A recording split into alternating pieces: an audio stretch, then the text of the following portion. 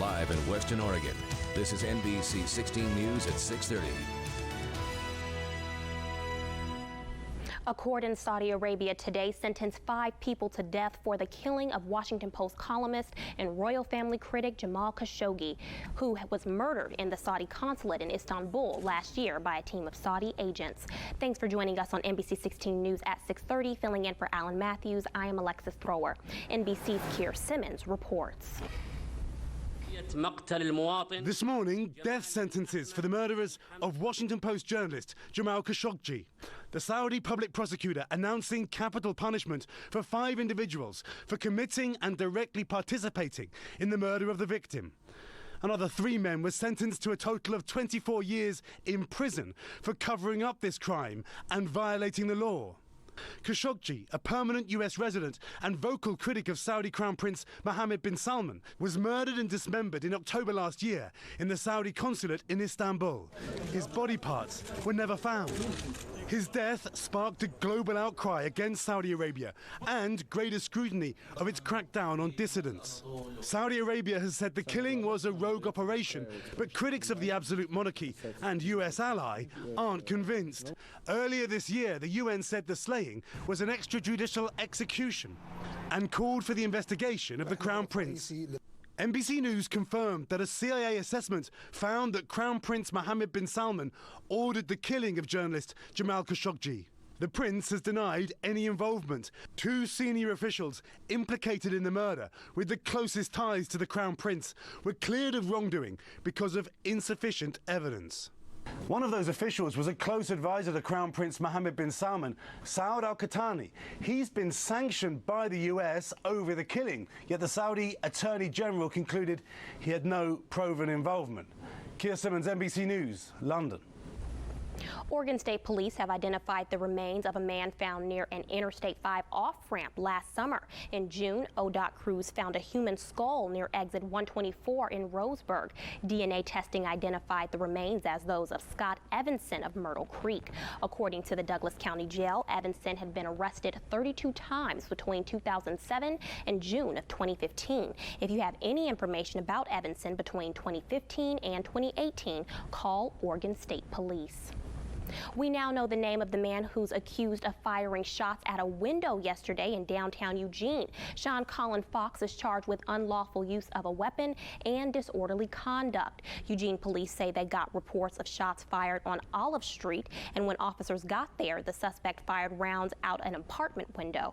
EPD says SWAT took over and used explosives to get inside, and Fox surrendered to officers. According to EPD, the gunfire damaged a nearby car, but no one was hurt during the shooting. On to a first look at weather. NBC 16 meteorologist Travis Knutson joins us now in the Weather Center. A few raindrops on the way for us as we head into our Christmas Eve evening. That'll carry over into our Christmas morning, but for the most part, Christmas Day looks nice and mild. Temperatures will be near average as well. Nothing too remarkable on the radar for the last couple of hours, and that's the way we stay through the next couple of days. Just a small little opportunity for maybe a few sprinkles as we get into parts of tomorrow evening. But here's a look at our temperatures tonight around the region, right around that freezing mark, maybe a little bit below, which is going to be possibly bringing a few icy spots, particularly on the bridges and some of those overpasses if you're up early enough for our Christmas Eve morning. Heading into tomorrow afternoon, mid-40s on the way, but how is that Christmas Day looking? I'll give you a full look ahead of my full forecast coming up here in just a couple minutes. Thank you so much, Travis. Dennis Muhlenberg was fired as CEO of Boeing. The company made the announcement in the form of a statement which read in part, quote, "The board of directors decided a change in leadership was necessary to restore confidence in the company moving forward." The move comes 1 week after Boeing announced they were suspending production of the 737 MAX airplane in January. The plane was grounded after 2 crashes that killed a combined 345 people. Muhlenberg has been under increasing scrutiny after documents surfaced showing commercial pilots and the company's own test pilots raised red flags about the 737 MAX plane. Muhlenberg will be replaced by Boeing chairman David Calhoun. Congressman Peter DeFazio is in town for the holidays, and he stopped by our newsroom to share insight on the leadership change within Boeing. He points out that new CEO David Calhoun was on the board of directors during the multiple deadly crashes this year. He says Muhlenberg's exit was long overdue, and he hopes the move will mean a new commitment to safety and accountability. They have gone from being a company that made the safest airplanes most carefully in the world to a company that's repeatedly making mistakes, and in this case, fatal mistakes under market pressure. DeFazio says the FAA is finally acting the way it's supposed to regarding safety measures. Speaker of the House Nancy Pelosi invited President Donald Trump to give the annual State of the Union address in February, despite a divide in Washington during the impeachment process. This leaves many curious about the Democrats' strategy for impeachment and removing Trump from office. Congressman Peter DeFazio voted in favor of impeachment last week, saying the Speaker wants to make sure the Senate will hold a fair trial before releasing the articles of impeachment. Hopefully that'll all be settled before the President gives the State of the Union, but who knows? These are very unusual times. The State of the Union address is scheduled for February 4th, 2020. Reasonably related questions. That's what officers and deputies have to stick to when they pull someone over. The new ruling from the Oregon Supreme Court bans officers from using a routine traffic stop to search a driver's car for a more serious offense, such as illegal drugs. They can only ask questions related to the traffic infraction drivers were stopped for. The Public Defender Services of Lane County says the ruling is a step in the right direction. What this ruling says is that officers have to have a reason for what they're doing. So if officers see something in the car that looks like a gun, they can ask, do you have a gun in the car? But they can't just stop you and say, do you have guns? They can't start out with that unless they actually have a reason for it. The Oregon Supreme Court handed down the ruling in November. Coming up next on NBC 16 at 6:30, Alex Hossenstadt will join us live from downtown Eugene as a vigil takes place in honor of the 35 homeless people who lost their lives this year. And later in the show, thousands of accumulated coins from a Eugene fountain are getting a new purpose, and it's all for a great cause. And if you see breaking news, give us a call at 541-393-KMTR. That's 5687. Or send an email to newsdesk@kmtr.com.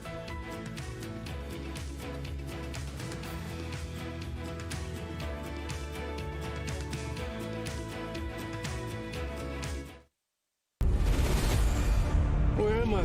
You're in NBC 16 News at 6:30. Groups that serve the homeless are holding a candlelit vigil tonight. The event honors the 35 homeless people who died on the streets of Eugene this year. Alex Hossenstadt is at the Wayne Morse Free Speech Plaza tonight. Alex, can you set the scene for us? Well, people are really starting to fill up the plaza. They're here to honor those who have died on the streets of Eugene. Now, if we take a look over here, we can see that there are some candles lit. There are 35 candles, one for each of the unhoused people who have died on the streets of Eugene.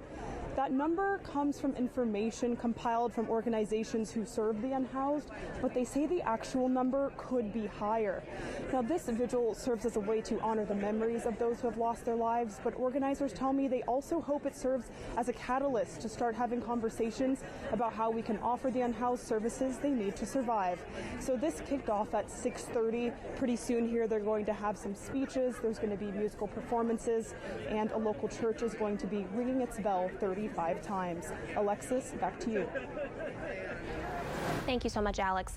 And after a neurovirus outbreak closed down a school district in Albany, we wanted to find out the status of neurovirus here in Lane County. We got an update from Public Health since winter is the time when most cases of neurovirus occur. Lane County Public Health says that there have been reported cases at local schools and living facilities. However, they say this is normal for this time of year. So far, no facilities or schools have closed due to neurovirus, but as we head into the holidays, Public Health wants to remind everyone for some tips to avoid spreading it among friends and families at gatherings.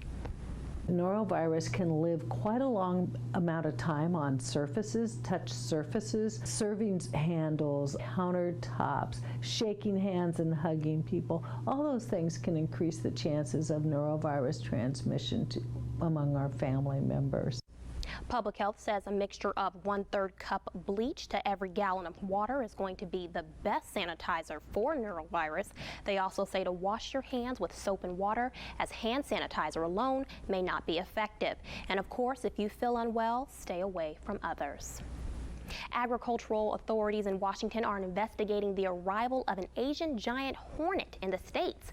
According to the Washington State Department of Agriculture, a resident found the nearly 2-inch insect in the city of Blaine on the U.S.-Canada border. It was dead, but the resident also reported seeing a live one fly into the forest. The department took the dead specimen, and the Asian hornet, the largest pest of its kind, is an enemy of the honeybee. According to Purdue University's pest tracker, it can kill as many as 40 bees per minute.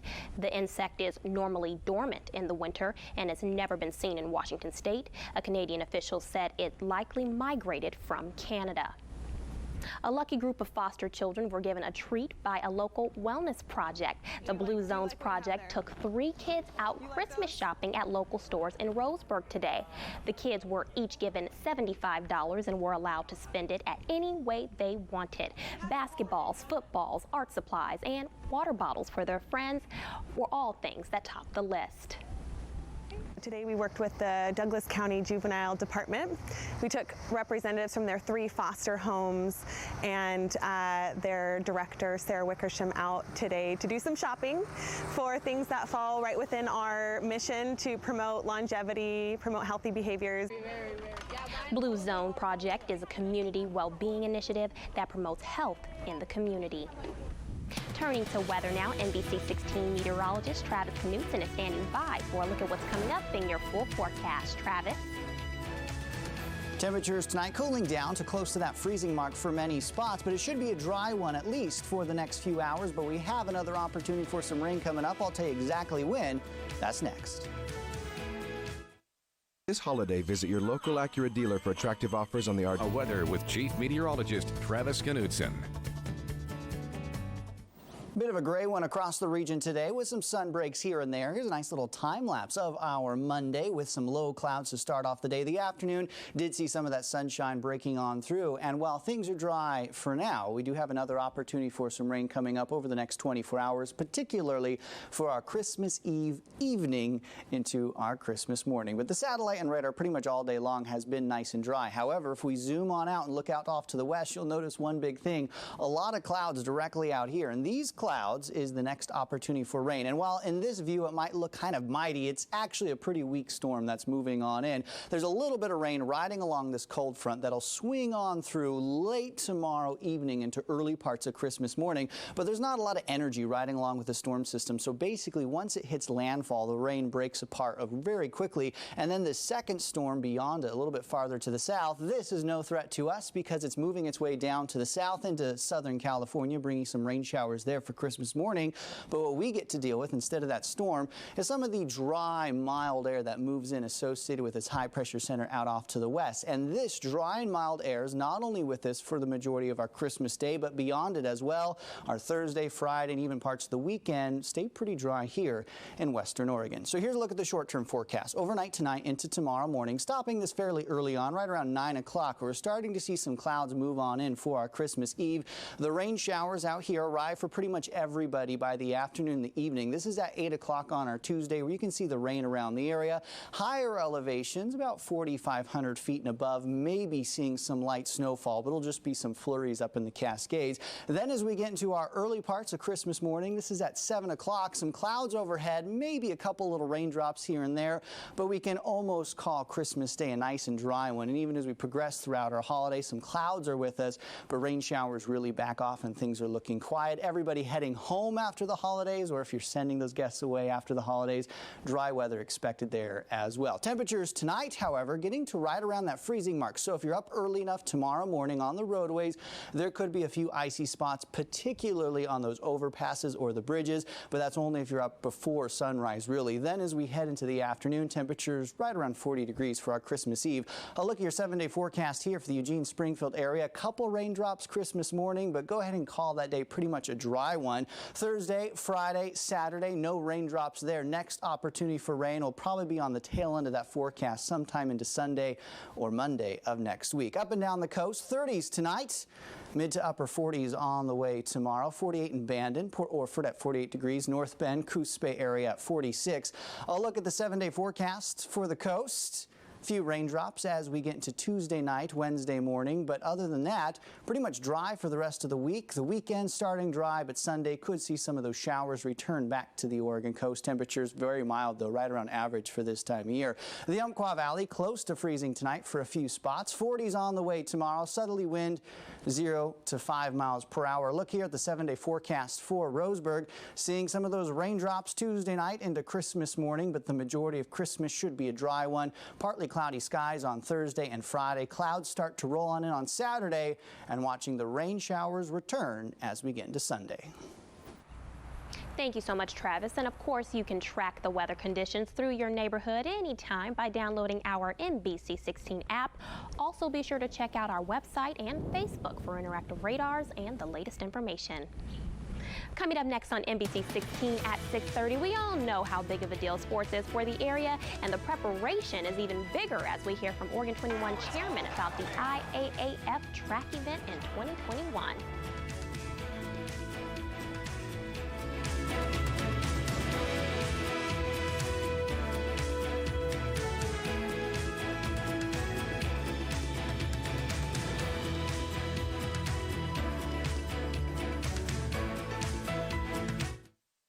Do you have concerns about mild memory loss?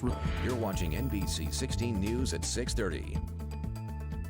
And welcome back. More money from state lodging taxes is expected to help pay for the World Track and Field Championships in Eugene. That's the view from the chairman of the local organizing committee that's putting on the event in 2021. Chairman Paul Weinhold of Oregon 21 says Governor Kate Brown is fully supporting the state's commitment to supply $40 million of state support for the track event. He says $21 million of the state's share is already in the bank. The board is completely confident that we will have the funds available, and that we have the rigor and the structure in our budget to ensure a very successful World Championship. He expects the upcoming session of the legislature to discuss that funding. Other sources include $10 million from USA Track and Field, $15 million to come from future ticket sales, and the rest of the $80 million budget will come from private donations. Thousands and thousands of accumulated coins from a Eugene fountain are getting a new purpose. Instead of collecting rust in the fountain at the 5th Street Market, all that money is headed to the scholarship fund for children's sports at Kids Sports. Youth basketball players gathered today at Summit Bank to clean the gunk off the 3 years' worth of pennies, dimes, and other coins. Kids as young as 2nd graders grab rags and sponges for this totally legal money laundering effort. And so we're helping them clean these coins, and the children from Kids Sports are helping clean the coins, and that will be then directly, the money will be deposited into the Kids Sports Scholarship Fund here that resides at Summit Bank. Kids took turns cleaning the coins and packing them to the vault room at Summit Bank. Bev Smith says this will mean many more children will get to play at Kids Sports. A few years ago, we did a story on a 13-year-old at the Lane County Fair who entered 86 items into various exhibits. Now that 13-year-old is 17, and Maya Reddy is a champion archer. Brandon Cameraman has more on the talented teen. Bullseye. When I get up on the line to shoot, the only thing I think about is archery. A local celebrity, a local Katniss Everdeen. I love it for the sport that it is. It may seem trivial to see a female archer and just lump her in with the Hunger Games. It's super embarrassing in the archery world to be one of those girls. But that's where this story starts. I read it and I told my dad, I was like, hey, I want to be like Katniss. Like it is for so many, for Maya, middle school was tough, emotionally, socially. So her dad took her to the bow rack in Springfield. I was just over the moon when I hit the target, you know, and then it became more than that. She started excelling pretty quickly, and then, you know, we went from 1 day a week to 3 days a week to, you know, on her off days that we weren't actually doing a lesson, she'd come in and just practice and stuff. That was a good shot. To now, at 17 years old, This one is very special. Maya is a cadet member of the U.S. National Archery Team, USAT. I made USAT this year in September. And what it has done for her confidence. It gave me a lot of mental strength beyond what I thought it was going to give me. what it has done for her life. I wouldn't be where I'm at without archery. I'd probably still be very weak and very sad and feel very alone. Unlike Katniss Everdeen, Maya isn't fighting for her life. But like Katniss, archery gave her a new meaning to life. And for that, she owes so much to the sport. I think it's cool to be able to spread the love of the sport that brought me everything. For her sport, for her country, and for her life. In Springfield, I'm Brandon Kammerman. That is amazing. Maya is getting ready for the indoor season, which starts in February. She plans to graduate from high school a year early and could pursue archery in college. Coming up next on NBC 16 at 6:30, before Santa starts making his rounds to good boys and girls around the world, he first made a pit stop at the Cincinnati Zoo.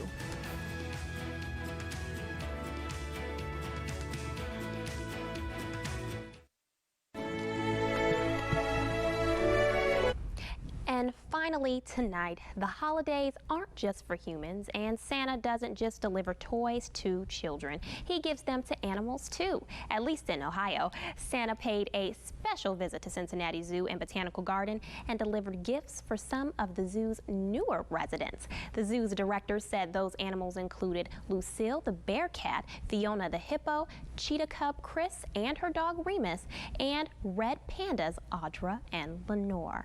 Oh, I absolutely love that. I really, really do. And I need to go visit the zoo because it's been a while. Well, thank you so much for joining us on NBC 16 at 6:30. We will see you tonight for NBC 16 News at 11.